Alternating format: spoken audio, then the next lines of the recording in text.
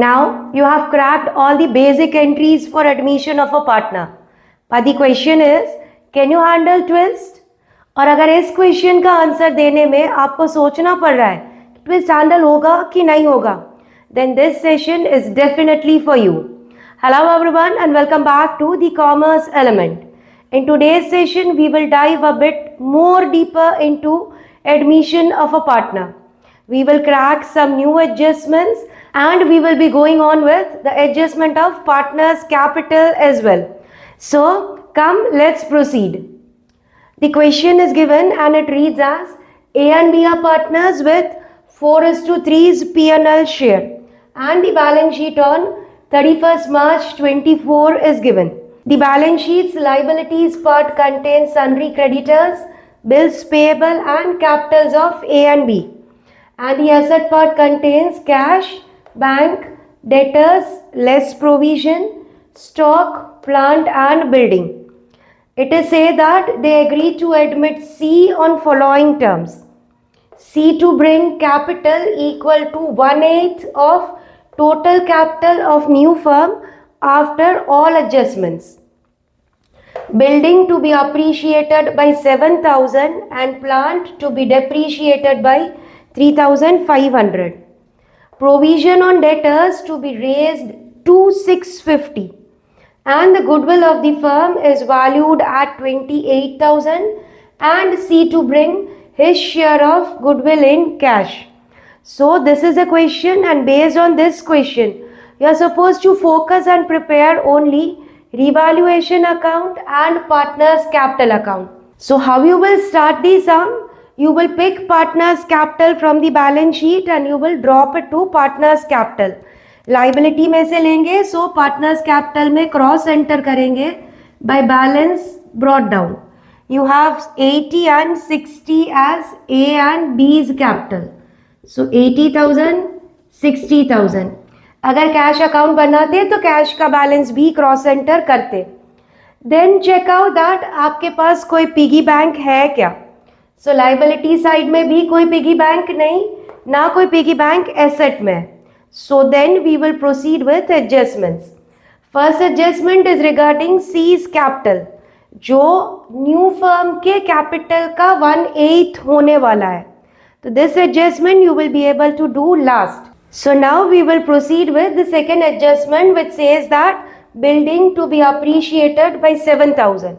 Now इस बार building को appreciate करने के लिए we don't have balance sheet, but we know that building as an asset अगर अप्रिशिएट हो रही है, उसकी वैल्यू बढ़ रही है, तो फर्म को गेन हो रहा है, फर्म के लिए कुछ अच्छी बात हो रही है. एंड अच्छी बात या gains are recorded on credit of revaluation account.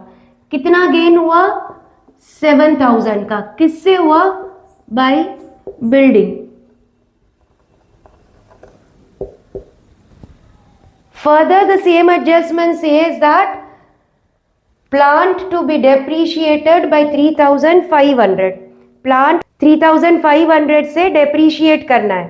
Plant की वैल्यू रिड्यूस हुई, फर्म को लॉस हुआ. लॉस हुआ वो तो बुरी बात है एंड दस लॉसेस अकाउंट डेबिट के हिसाब से बुरी बात will get recorded on revaluations debit. किससे 3.5 का लॉस हुआ? To plant. Then the next adjustment says that provision on debtors to be raised to 650. आपने पुरानी बैलेंस शीट में ऑलरेडी 300 का प्रोविजन मेंटेन किया है.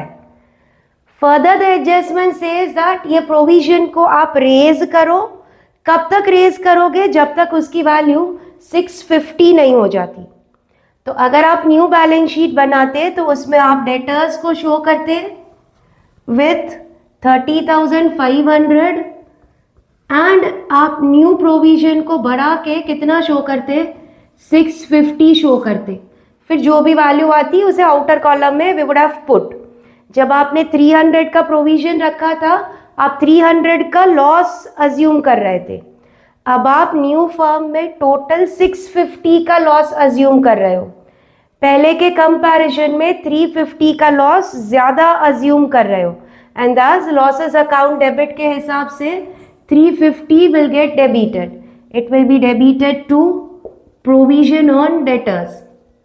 And the last adjustment says that goodwill of the firm is valued at 28 and C to bring his share in cash.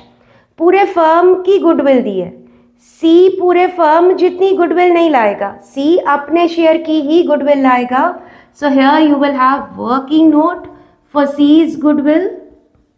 पूरे firm की goodwill 28,000 है. पूरे फर्म में C is coming with 1/8 share and thus 28,000 का 1/8 C as his goodwill he will bring in cash. So 28,000 upon 8, it will be 3,500. 3,500 C goodwill लेके आएगा. ये goodwill का क्या होगा? ये goodwill A and B who are sacrificing partners will get distributed among themselves. अब ये sacrificing ratio ढूंढने का अगेन फर्स्ट केस है, wherein only this much information is given. No other information related to partners ratio is given and thus we believe उनका 4:3 old ratio था, 4:3 ही उनका sacrificing ratio भी रहेगा, 4:3 उनका new ratio भी रहेगा. 500 into 4, 2000 and 500 into 3, it will be 1,500. Now goodwill always sacrificing partners के capital account में credit होगी. तो as of that A के capital account में 2000 credit होगा, B के capital account में 1,500 credit होगा. किस चीज का?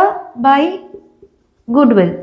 अगर कैश अकाउंट बनाते तो कैश में 3,500 की गुडविल डेबिट करते, but we are not preparing cash, so debit part of entry हम इग्नोर कर रहे हैं and we are just making entries in partners capital accounts credit side.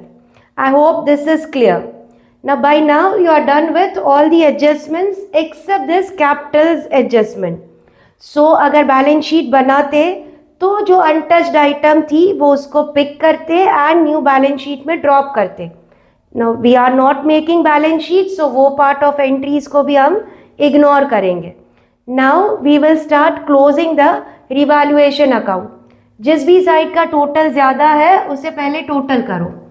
This side it is more, so total at 7,000 सामने लेके आओ 7,000. Now find the gap. Now see, I'll show you one shortcut to find the gap. Understand this properly and once you practice this, you will master this trick. Units की place पे 0 है, यहाँ पे भी 0 है. So your gap also will have 0. Tens की place में you have 5, आपको tens की place में 0 चाहिए. 5 है, 5 के बाद 0 कब आएगा? 10 पे. तो 5 में क्या ऐड करोगे 10 का 0 लाने के लिए? 6, 7, 8, 9, 10. 5 plus 5, 10s 0 carry 1.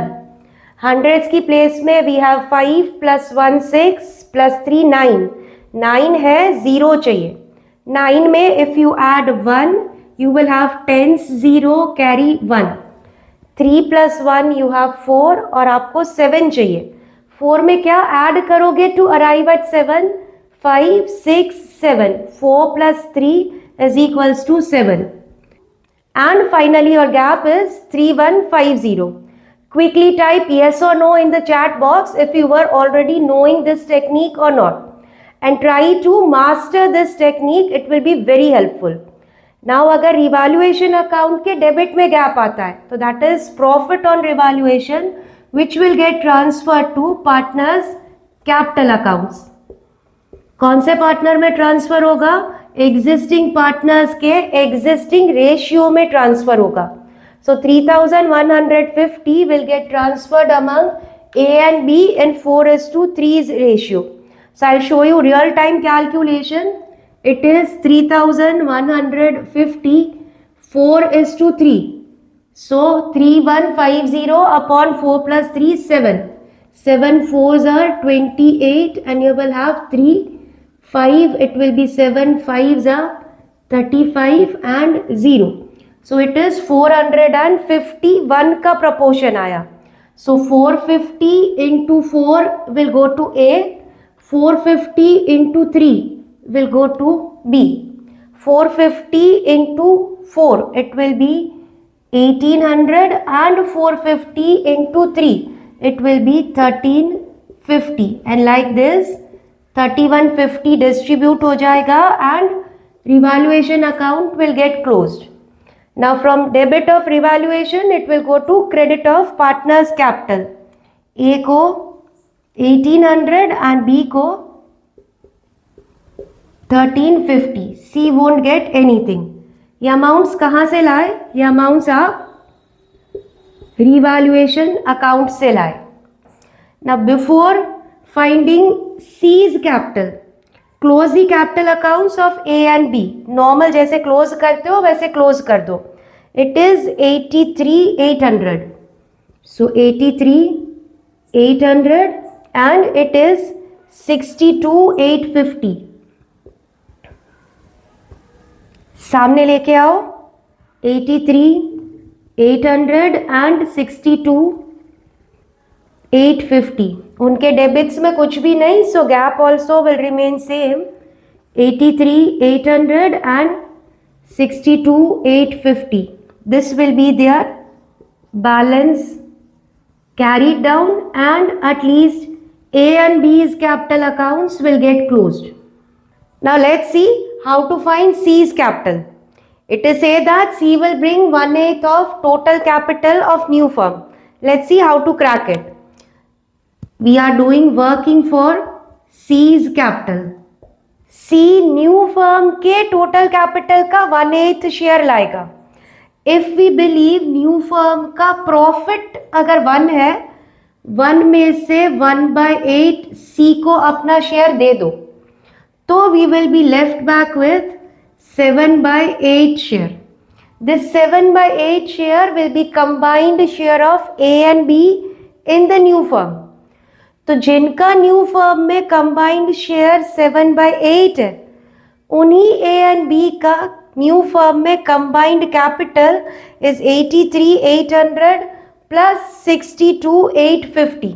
So let's see वो कितना हो रहा है. It is 83,800 plus 62,850. It is, तो जिन पार्टनर्स का न्यू फर्म में कंबाइंड प्रॉफिट इज 7/8, उनका न्यू फर्म में total capital after all adjustments is 146,650. तो जो पार्टनर न्यू फर्म में 1/8 शेयर से आ रहा है, उसको कितना कैपिटल लाना चाहिए, and then you cross multiply, and this way you'll be able to find C's capital. Let's see how it works. 146,650 into 1/8 ऊपर जाएगा, so 1/8 into 7/8 नीचे जाएगा. जब वो नीचे जाएगा उसका रेसिप्रोकल हो जाएगा, it will be 8/7. So this 8 will get cancelled and we will have 146,650 upon 7. Let's divide it. 20,950. तो for his 1/8 शेयर C का प्रोपोर्शनेट कैपिटल कितना बनता है? C का प्रोपोर्शनेट कैपिटल 20,950 बनता है.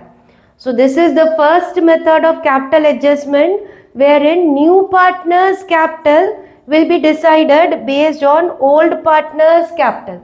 So now that when we have his capital amount with us, we will have 20,950 credited to his capital by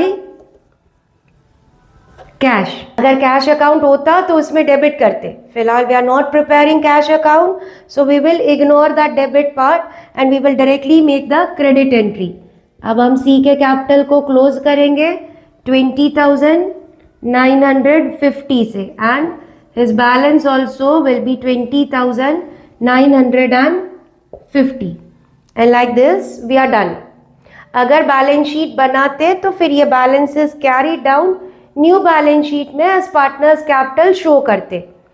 once again understand this, अगर नया partner जो आ रहा है उसका कैपिटल का अमाउंट पहले से क्वेश्चन में नहीं दिया, तो you will always find capital based on the combined capital of the existing partners. 1 में से न्यू पार्टनर को जितना शेयर चाहिए उतना दे दो, 1/8 दे दिया। अब 7/8 जो बचा वो ए और बी का न्यू फर्म में न्यू शेयर बचा। सो जिनका 7/8 न्यू फर्म में शेयर है उनके न्यू फर्म में कैपिटल 83.8 एंड 62.85 है। सो अ टोटल ऑफ 146,650। तो जो नया पार्टनर 1/8 शेयर से आएगा वो कितना कैपिटल लाएगा, and then you cross multiply and you will be getting new partners capital amount. I hope this is clear to you. Still, if you have any doubts in any of the adjustment, anything related to admission of a partner, you can ping me in the comment section and I'll get back to you. In the next session, we will be exploring some more adjustment entries. Until then, stay tuned and goodbye.